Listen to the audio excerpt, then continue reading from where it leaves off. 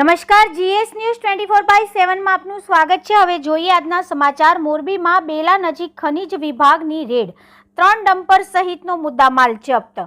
મોરબીના બેલા ગામની સીમમાં ખનીજ વિભાગની ટીમે આજે રેડ કરી હતી, જ્યાં સ્થળ પરથી 3 ડમ્પર અને ખોદકામ માટેના હુંડાઈ મશીન સહિતનો મુદ્દામાલ જપ્ત કરી પોલીસ મથકને સોંપવામાં આવ્યો છે।